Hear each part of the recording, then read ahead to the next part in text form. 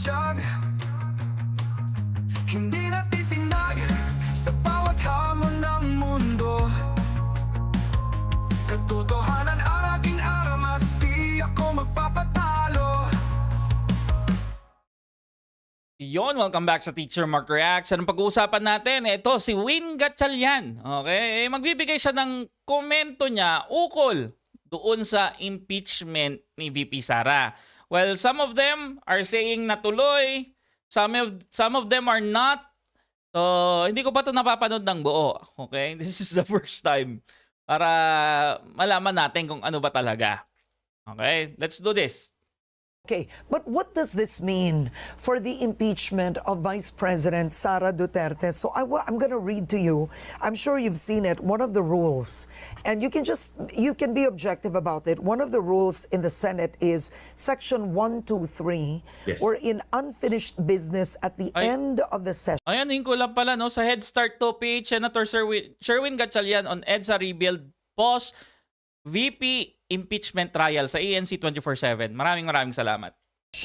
Shall be taken up at the next session in the same status, but all pending matters and proceedings shall terminate upon the expiration of one Congress, but may be taken up if it's presented for the first time. So this one is very clear based Yun, shoutout sa iyo, Maki. Ayan. on your rules. If I were to ask you, you're going to cross from this Congress to the 20th Congress, Yeah. no? Siyempre, sa 20th Congress, may mga bago ka nang kasama doon. Yes. Yung mga dati mong kasamahan, wala na sila sa 20th. Pero anong ibig sabihin ito based on the rules, Senator? Karen, I read that exact rule. No, that's Rule 44, and we have to also understand that the Senate, as soon as it convenes into an impeachment court, it takes on a different body and a different rule. That Rule 44 applies to the Senate as a legislative body. Okay. So, meaning all legislative matters will terminate at the end of the 19th Congress. But the impeachment court is not a legislative body. It's a different body altogether. It's sui generis. It's a unique body and a unique role vested by the Constitution on the Senate. That's why, in my opinion, my personal opinion, that rule does not apply to the Senate as an impeachment body. Oo. So, from his point, no, tuloy. Okay? Hindi nag-a-apply sa Senate yan kasi iba na yung impeachment trial, yung court. Okay? Iba na yon. Okay? In fact, the Senate is designed to be a continuing body. That's why you have 12 senators, so that it can continue on discussing on special matters or unique matters such as the impeachment.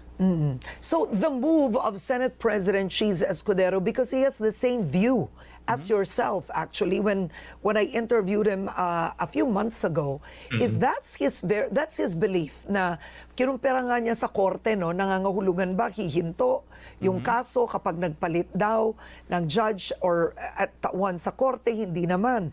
So you believe by handling this on the last day of the 19th Congress, technically the Senate President is ensuring that it would continue, because if you don't tackle it, you'd have to represent it in the 20th, right? But Karen, even though we start today, Oo. I don't think we will finish it by end of the month. But Exactly.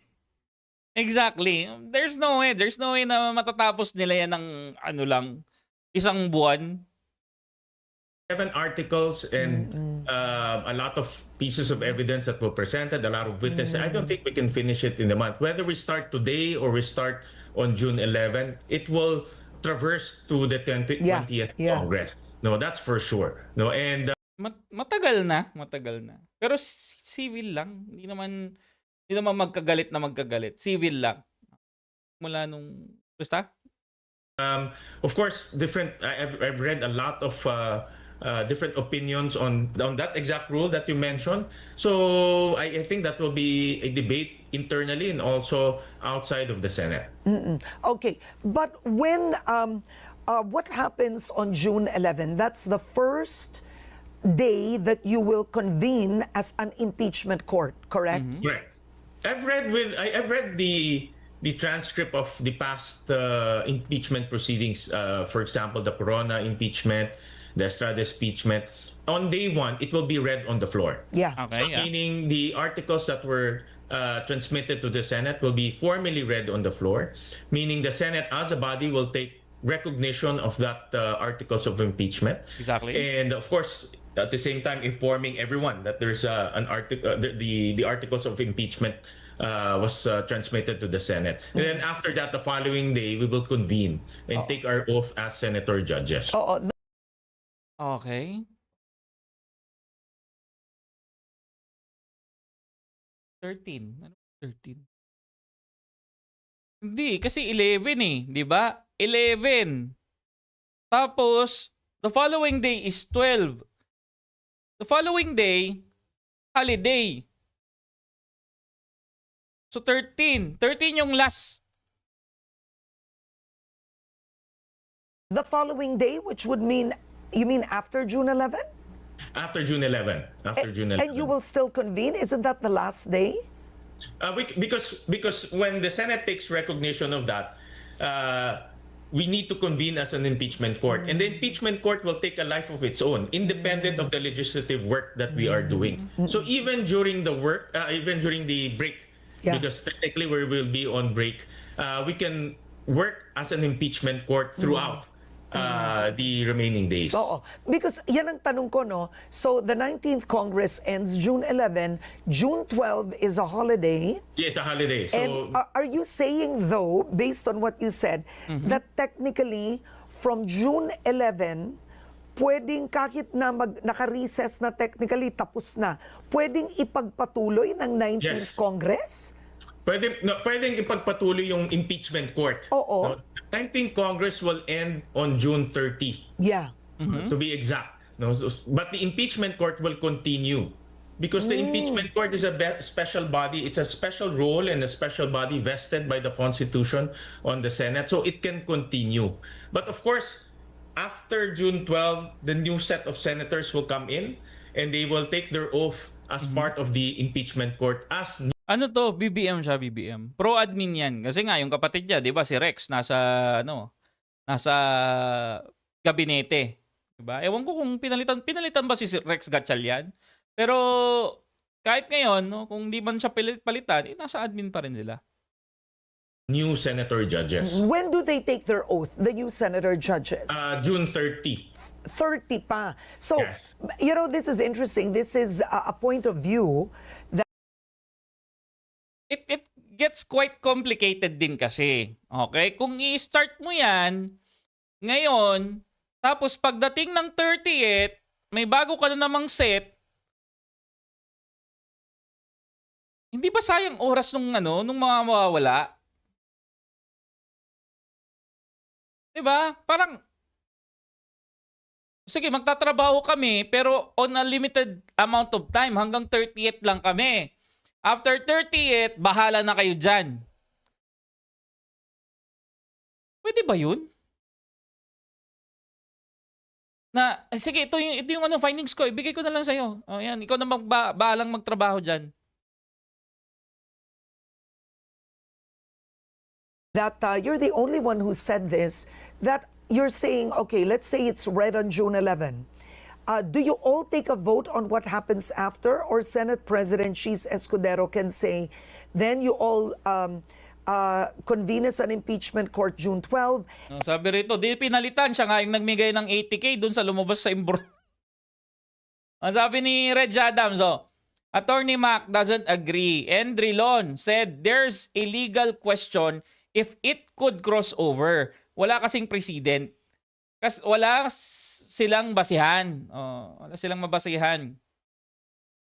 And the existing Congress, the 19th Congress, you can start hearing until the new set of senators come in June 30, or hanggang June 12 lang kayo? No, we can continue the hearing.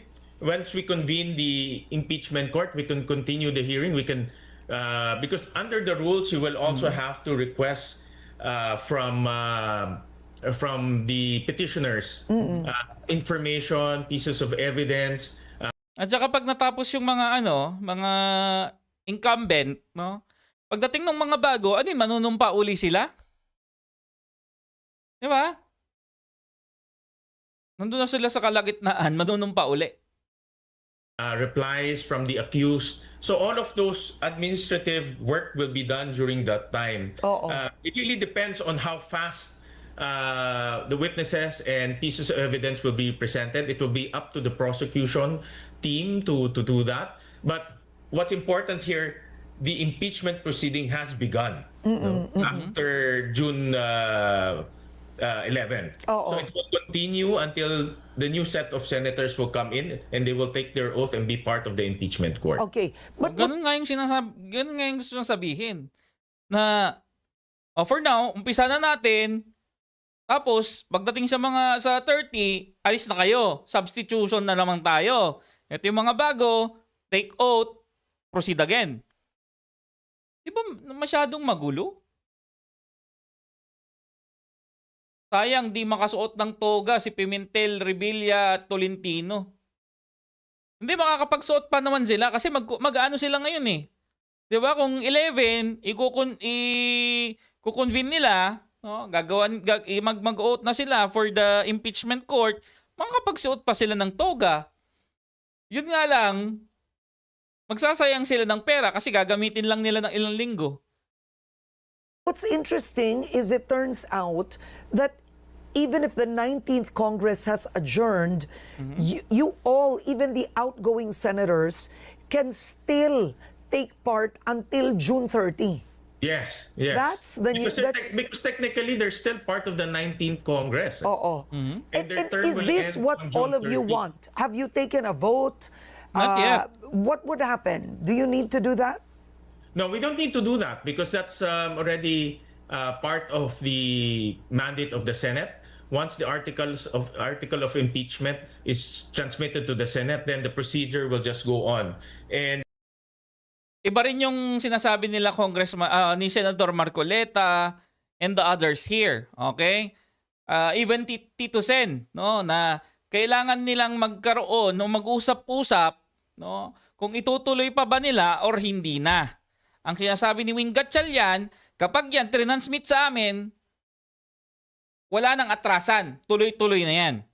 Wala nang usap-usap, let's do this, ganon. once we have convened, the impeachment rules will take over. And the impeachment rules are quite precise in terms of how many days will the respondent give their replies, what are the next steps in terms of presentation. Hindi na sila makakaboto. Nandun lang sila for design. Yung mga alis, nandun lang sila for design. Ang boboto dyan, yung nasa 28th Congress na kung i-carry over dun sa 28th Congress. So, ano pang rason at nandun sila? Diba? Presentation of evidence. So all of those are spelled out in the rules of impeachment. But Okay. technically, strictly Yeah. speaking, the term of the 19th, for example, in my case, yeah. my term will end as a Okay. 19th Congress senator on June 30. Yeah. All right. Here's another question for you. Senator Tito Soto, incoming Senator Tito Soto, said that it's most likely that when the 20th Congress opens, the new batch of senators, especially those aligned with Vice President Sara Duterte, can actually go on the floor and question if it is legal to take up the impeachment complaint in the 20th Congress. Senator Tito Soto believes it will be a discussion. What Yun are yung your sinasabi thoughts ko. on that? Because ang sinabi mo, naka-impeachment court na kayo kahit pagpasok ng 20th Congress. But he said he believes that that will be taken up. That could take time. That's a possibility. Akala ko hindi na. Ang sabi mo kanina, kapag binasa, magro-roll na yan, dire-diretso. Wala nang usap-usap. Ngayon, nung ni-raise ni Karen, sasabihin mo, well, that's a possibility. Ano ba talaga? Senators have the right to question the proceedings even while we are doing while we are already in the impeachment proceedings, a citizen can also question that after June 30 when the new batch of senators will come in. So it can be questioned inside the Senate or even outside the Senate. No, so that's a possibility. All right. My last question with you, sir, is the Senate presidency. Kinausap na ba kayo? So you have two right now, and you can correct me, well, two. Okay, ito Team Cheese to Team Cheese. Hindi. Oo, Team Cheese. Team Cheese siya. Si ano yung isa, si Villanueva, yung Team Zubiri. That Well, actually, there's three. I think Senator Amy Marcos also. Is she declared seriously in the running, Senator Amy Marcos? Well, I read on the news that she declared her intent to run for Senate presidency. Okay, pero kinausap na po kayo ni Senate President Cheese, and nilapitan na po ba kayo ni Tito Sen? In so far as my case is concerned, I talked to Senator Escudero, Senate President Escudero, and Senator Tito Soto for that matter. So both have expressed their intent to become Senate President. Both are very qualified. Both are my party mates. Actually, I know. we're Yeah, members of the Nationalist People's Coalition. Yeah. So it's really Isn't tough. this bad for the party? I asked Tito Sen that. Isn't it bad for the party that the party won't field? Shouldn't they toe the party line? For now, both individuals have expressed their intent. The party has not yet declared a party position on this matter, but we still have time, and hopefully things can get patched up later on. Okay. Now, the incoming Duterte Okay. Ano muna natin dyan, no? Kasi yung susunod natin. Well, with that, no, maganda yung labanan ngayon sa pagkaka-Senate President. Okay? It's 7, no? 7 sa Soto side, 7 sa Soto side, 7 din sa Escudero side. May Duterte's block pa. 7 rin sila doon. O, tapos may 3 na na Echepuer. Ay, sorry. May 3 na strong daw. O, strong. Si Risa, si Bam, at si Kiko. O, nila. Bahala sila dyan kung sino magiging SP. Pero, alam nyo kung paano maging SP, no? Magiging magiging deciding factor to talaga itong impeachment ni VP Sara, lalo dun sa Duterte block. Okay? Alam naman natin, kapag ikaw tatakbong SP, dapat majority, 'di ba, ng votes makuha mo. So ano yung pwede mong ilatag, no? Ilapag doon sa lamesa para sabihin nila na oo, ikaw. Okay? 3 from MangRene, Pinklawan, Block. malaking deciding factor talaga itong impeachment trial. No? So yun lamang guys. Up next natin si JB Ejercito. Si JB Ejercito, iba naman yung 3 buta. Si JB Ejercito naman, iba yung tingin niyang mangyayari dito. So yun lamang guys. Maraming salamat. This is Teacher Mark out. Bye-bye guys.